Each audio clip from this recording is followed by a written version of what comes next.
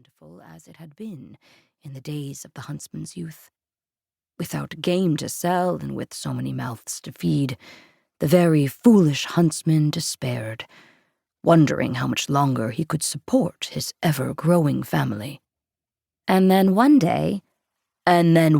night, my godfather corrected me, peevish.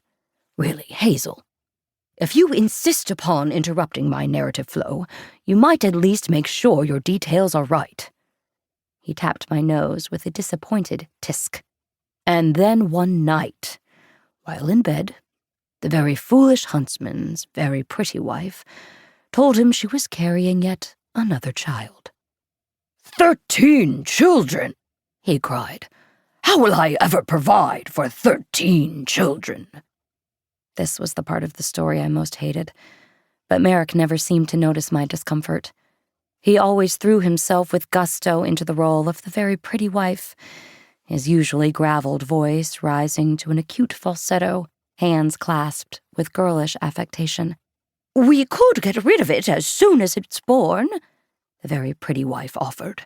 Drop it into the river and let it fend for itself. Someone is sure to find it. Someone is sure to hear the cries, and if they don't... She shrugged, and the huntsman gaped at her, suddenly frightened. How had he failed to notice his wife's black heart? We could leave it at one of the temples in town, he suggested instead.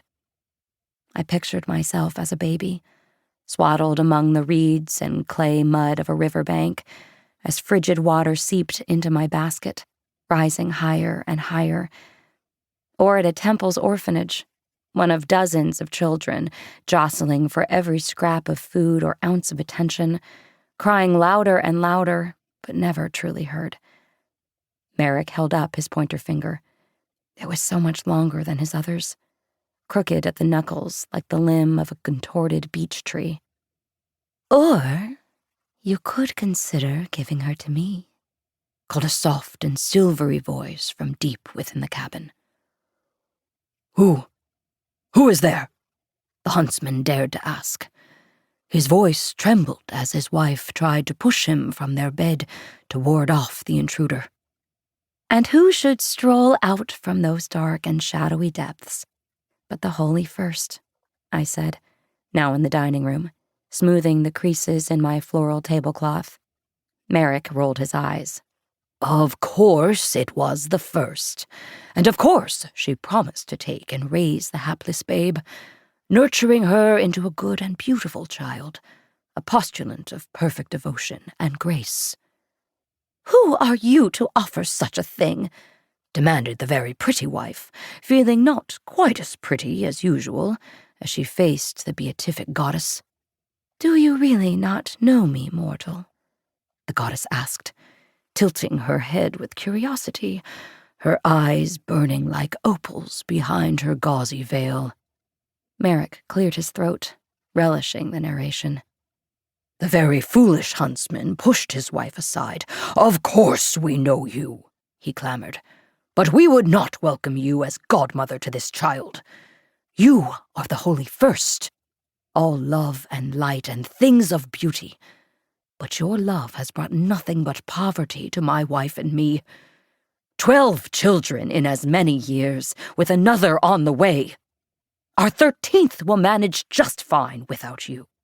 I lit 3 more candles and set them on the table, letting their happy glow warm the dark room.